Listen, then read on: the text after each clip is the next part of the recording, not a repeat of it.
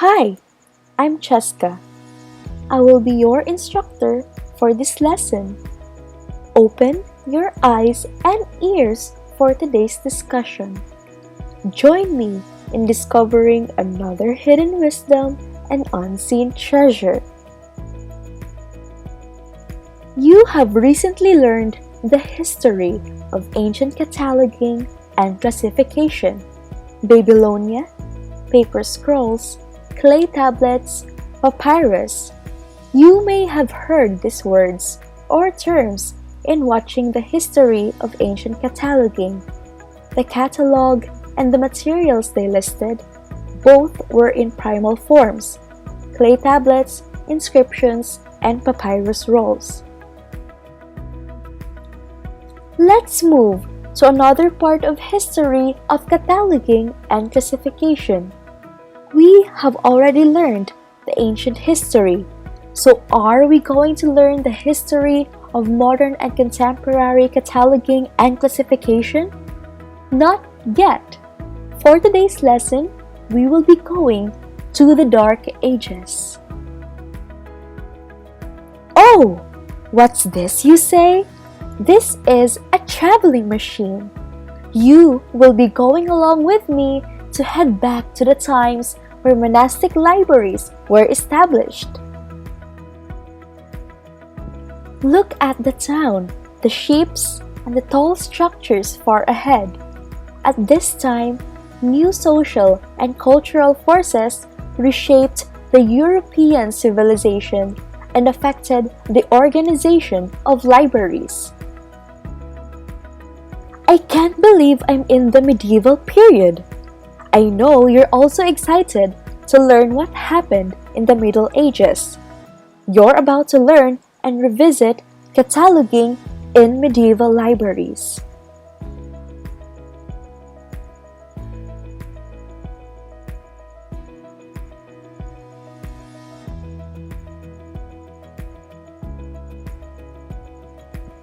The Middle Ages have left fuller material evidence for library practices than that available for the ancient world. The Middle Ages of library history can be set at the turn from the 5th to the 6th centuries and extend to the Reformation, which marked the end of medieval libraries. The cardinal force was Christianity, which not only permeated the worldview of much of the population, but also provided the primary institutional settings for education and cultivation of intellectual life. Education took place primarily in schools, associated with monasteries and cathedrals. Thus, the evidence of library classification in medieval Europe comes primarily from the book inventories of monasteries and university colleges, as well as book lists of the private libraries of scholarly individuals living within those milieu. Really, a monastery without books is like fort without arms. Due to this, the monks considered to set up a library as large as possible. This reflection started with the mighty deed of a whole catalog, consisting of a sequence of single catalogs of different libraries. Library cataloging reveals how those entrusted with the care of books thought about the books, and, just as interesting, how they thought about the knowledge contained in the books. The types of documentation can provide clues to the use and understanding of books, such as financial accounts, wills, and inscriptions in the book themselves, but they do not reveal the intellectual work of description, classification, and organization. Traditional library history has outlined cataloging as a progression from crude inventories to subject cataloging. Medieval librarians were driven by utilitarian needs to develop cataloging practices that would work in their particular situations. In summarizing the history of medieval European catalogs, Norris describes things with this economy of words. The first 10 centuries of the Christian era tell us little of libraries or their catalogs. No medieval treatise on cataloging exists today, and it is rarely possible to determine individual responsibility for library catalogs. But within the extant documentation, individual thinkers often emerge as people solving interesting problems. There are two notable catalogs from this era that seem to have taken inspiration from the ancient catalog of Edfu in Egypt. The first was engraved in marble for all to see, and the second on paper. The history of cataloging and classification represents a sharp contrast to the problems and challenges of today. Cataloging and classification involve a massive task in our information age. Its history goes back to the age before presses, when books were handwritten and very few in number. Researching the history of medieval cataloging, of course, requires researching library catalogs themselves. This is hampered by the fact that inventories and catalogs of libraries rarely appear in printed editions, and when they do appear, typesetting and print conventions mean valuable manuscript evidence is lost. Therefore, much scholarship relies heavily on synthesis sources, survey articles, and a few individual examples of collections. A working definition of catalogs: guides to the content and location of the books available for use, can serve as a basis for understanding these documents. Due to the absence of theoretical or practical works, individual compilers of catalog apparently had to work out for themselves how to provide access to titles if they desired. Roughly analogous to cataloging, a small library without recourse to Anglo-American cataloging rules or the Library of Congress files. Despite this disorganization, which seems daunting to modern catalogers, many comprehensive intellectual systems for organizing volumes do survive in medieval documents. In fact, since cooperation was virtually unknown in the insular monastic and cathedral libraries of the Middle Ages, standardization was less important and less desirable than in the 20th century environment. The development of the medieval libraries paralleled that of cultural history in general, so surviving medieval library catalogs reflect the development of intellectual life in the West. The book of the Middle Ages is the Parchment Codex and was the property of religious organizations. It is essentially an ancient book consisting of one or more quires of sheets of papyrus or parchment folded together to form a group of leaves or pages. In the early Middle Ages, liturgical books were highly valued and respected because of their association with the Mass.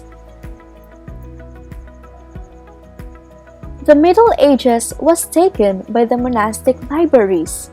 As the major instruments of education in the Middle Ages, monasteries served by the cause of collecting, producing, and preserving the books useful in the learning of the clerics. The number of volumes in the medieval collection was modest. Medium-sized collections had a few hundred volumes, and many smaller monasteries had only a few dozen. By the end of the 9th century, larger collections contained 300 to 500 volumes with Bubayo having almost 700. A 10th century catalogue from Lorsch shows 590 manuscripts, and the 12th century library at Cluny lists 500 to 600 volumes. The famous monastic collections of Reichenau and St. Gall listed 100 codices in the year 1100, and the most impressive papal library at Avignon contained 2,000 volumes. Cassiodorus is a Roman statesman, renowned scholar of antiquity, and writer serving in the administration of Theodoric the Great, king of the Ostrogoths. The famous work, Institutions of Cassiodorus from the 6th century, was intended to serve as a scholarly model with an annotated guide to what was valuable reading of the times. The need of catalogue was not felt. Pope Gregory I, commonly known as Gregory the Great, was the Bishop of Rome from the 3rd of September 590 to his death. A list of books given by Gregory the Great in the 8th century AD to the Church of St. Clements in Rome was the earliest of the monastic library catalogues. It was a marble tablet with an introduction or prayer and a few biblical works inscribed on it. A third example is the Trinitate of St. Augustine, which too was a simple list of works transcribed on the flyleaf of a work. The medieval monastic libraries broke from traditional procedures of the libraries of antiquity by following the regulations of religious orders, such as the Rule of Saint Benedict. The Rule of Saint Benedict is a book of precepts written for monks living communally under the authority of an abbot. One chapter of the rule prescribed that inventories be taken of the monastery's possessions, including books. The armarius, or now known as the librarian, was the one who catalogued and cared for the books. The primary duty of the armarius was to orchestrate the operation of the rooms for the library and the scriptorium, which included keeping an inventory, inspecting holdings, regulating their use, and overseeing the copyists. Let's move on to the age of inventory. Luis Pius issued a decree requiring the monasteries and cathedrals to list all the books in their possession. So the catalogues of the monasteries and cathedrals were compiled to serve the need for inventories of the material possession. Efforts were made in compiling inventories. The inventory catalog was the simplest type of catalog. For many monasteries, inventories reveal that books were indeed seen within the context of the monastery treasures. While these often appear to be little more than a collection of titles, they can reveal many important details about book use, especially when they were compiled over time. Inventories are seen as functional documents designed more to keep track of titles than a comprehensive system for organizing physical volumes and the texts within them. Regarding the taking of inventories and cataloging of manuscripts, Karl Christ says, "There are no known examples of formal, written rules from the Middle Ages describing how a catalog of books was to be made. Nothing of this type has survived, either from any of the religious orders. It is possible that none have ever existed. So what we know of such catalogs must be inferred from the few surviving inventory lists which do not show consistent arrangement, format, or logic. Even the late medieval books which delineated the duties of libraries don't specify how a collection was to be catalogued. Medieval library catalogs were really inventory lists or accession lists of current holdings to keep track of the books in case of loss. However, this kind of listing isn't the same concept with modern cataloging. These catalogs listed the books by author and title, which was simply a copy of the book's exterior label along with other prominent physical characteristics. If the author and the title of the book were not known, the opening words of the books or the text were listed. If not by author and title, the books were arranged by the importance of their work, in the order of the Bible, other religious works, and secular works. Contents were not indicated in the case of collections, or works of the same author and works of various authors on the same subject held together, as was the practice.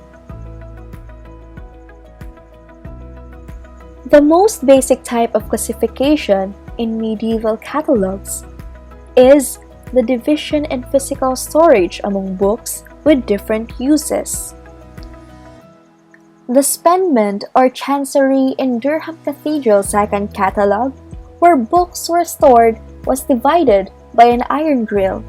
Books in the inner portion were restricted in use and numbered 87, while the outer portion contained 428 items and was accessible to any monk.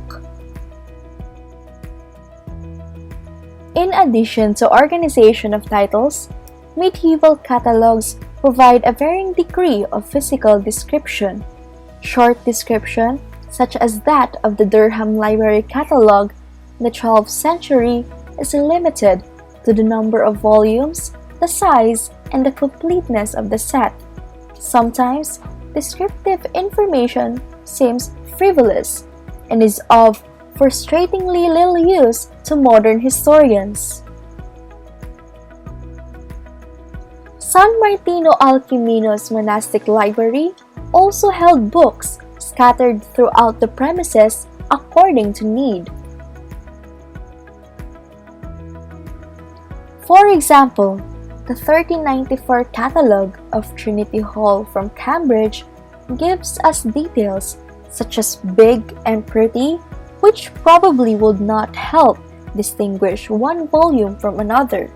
In other cases, the detail suggests the care with which books were regarded, as is the case in 15th century Cistercian documents resulting from an ordinance of 1456, which describe books' material, binding, and general state.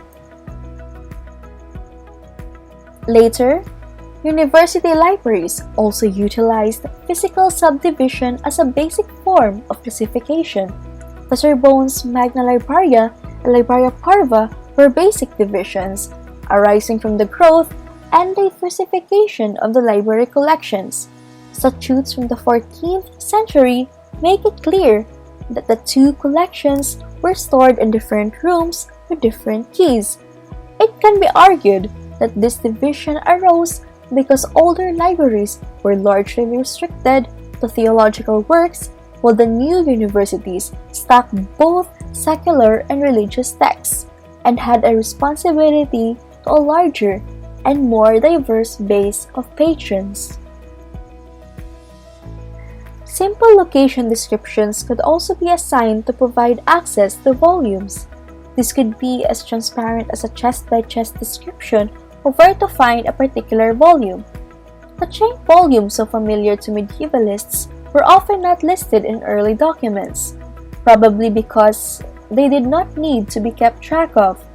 However, later, catalogs do include them, and while it is usually assumed that it is to prevent theft, it seems just as likely it is to ensure communal access, much like holding books on reserve at a central location. Catalogers also used a variety of techniques to indicate specific locations. Here, the notion of shelf listing came into play. Often, catalogers assigned letters of the alphabet to volumes or gave precise descriptions of the shelf on which volumes could be found. Interesting mnemonic schemes may also have been developed to aid retrieval. The practice beginning in the early 14th century was to record the opening words of a certain page, often the second or third page of the manuscript, along with the last words of the page at the end of the manuscript. This method of listing texts probably originated at the Library of Sorbonne in Paris, France, and reflected the medieval cataloging as serving an inventory function rather than a literary aid. Possible explanations range from preventing substitution of cheaper volumes for more expensive ones to distinguishing between copies of the same work. While many very brief catalogs do not give this information, it seems that even medieval librarians who are not dealing with the exact print duplicates created by mechanized printing realized that it could be necessary to distinguish among copies of the same text, either for their own purposes or for the users of the library.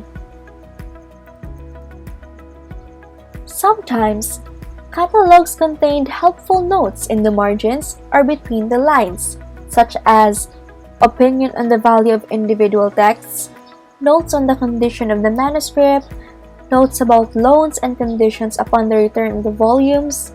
If the volume contained expensive fittings, such as parchment, gold and silver lettering, exceptional miniatures, bindings decorated with gold or silver, carved ivory, and precious stones. A manuscript's format was not usually noted by the armarius unless it was abnormal. However, this information was usually entered by the end of the Middle Ages. The material used for the manuscript, either paper or parchment, is noted. Purchase prices were rarely entered in catalogs or in the manuscripts themselves, but do appear in records of purchases. The amount reflected the cost of replacement.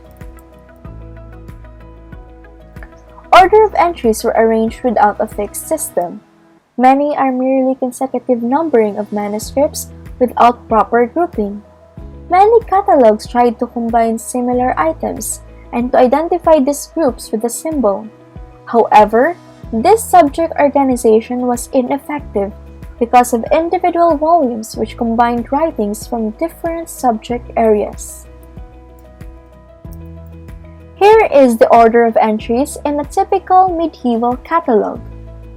First is the Bible in parts of the Bible, followed by writings of the Church Fathers in varying sequences, followed by medieval theologians, followed by ancient authors, and followed by works in the liberal arts. An alphabetical arrangement by author's name is seldom found. One example of arrangement is provided by Richard de Fournival in his mid-13th century Biblionomia. Here, he followed the academic subjects at Sorbonne in listing, arranging, and marking books in his library. However, each library seemed to follow its own organization, unique from other libraries. In the late Middle Ages, some catalogs included manuscripts labeled Secundam Pulpeta, translating second table. During this period, the simplest and most obvious way to arrange books in the catalog was in the order in which they were shelved. Call numbers were used on many of the books. The specific ways in which digits and letters were combined to form call numbers help identify the original holding library of a manuscript. Since manuscripts often lacked ownership marks, the identification aspects of these unique call numbers is important. Sometimes, valuable manuscripts were bound into catalogs or written on the blank leaves of a Bible to protect them from theft. The medieval library catalog primarily served the librarian to guard against property loss, to audit the collection, and to transfer the care of the books to a successor. The user of a library rarely used the catalog, but rather consulted the armarius. Among the French libraries, the catalogue of the library under Charles VI was remarkable. In addition to listing the beginning and ending of the texts, it also lists the opening words of the second and final leaves of a manuscript. In short, it concentrates on the physical description of the manuscript while ignoring its content. This indicates that the book is noted as a treasure and not as an intellectual one. An example of a 14th century English catalogue was a Norwich Cathedral Priory. It appears to have produced a catalogue in year 1315.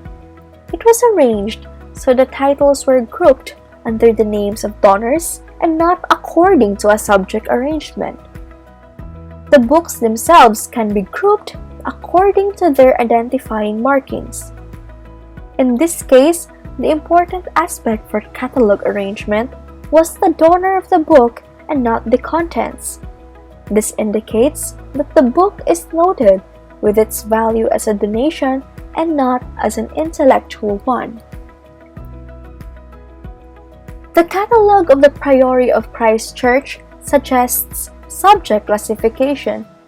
This fragment, containing 223 items, does not indicate where in this monastery the books would be found. Nevertheless, even though there are no subject headings given, there is a definite system of subjectival classification. The subjects are presented in the following order: grammar, rhetoric, music, philosophy, poetry, astronomy, miscellaneous, logic, dialectic, and law. In England, the library of St. Augustine's Abbey rivaled and perhaps surpassed that of Christ Church. Tracing the evolution of its library catalogue is impossible, as the only document dates to 1947. This shows that books were classified under 16 headings: Bibles and other religious works, natural history, philosophy, music, geometry, astronomy, medicine, logic, grammar, poetry, books in French and English, alchemy, miscellaneous items, and the canon law with no mention of civil law. A final type of catalog is union list, or combined catalog of several libraries' holdings. These are usually considered a modern invention, but an interesting medieval example, though incomplete, does exist.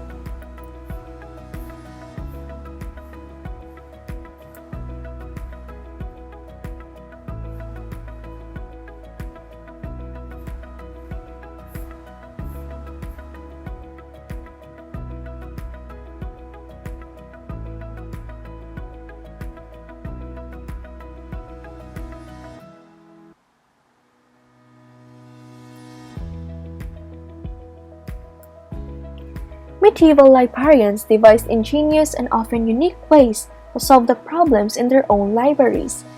As the use of books changed and their numbers increased, so did the way in which catalogs were compiled, and there are outstanding examples both of negligence and thoroughness from all periods. One can easily recognize the process in modern cataloging from its medieval roots. No longer is cataloging solely an inventory list, but also a subject index guide for the patron. No longer is the catalog solely for the use of the librarian, but more for the patron.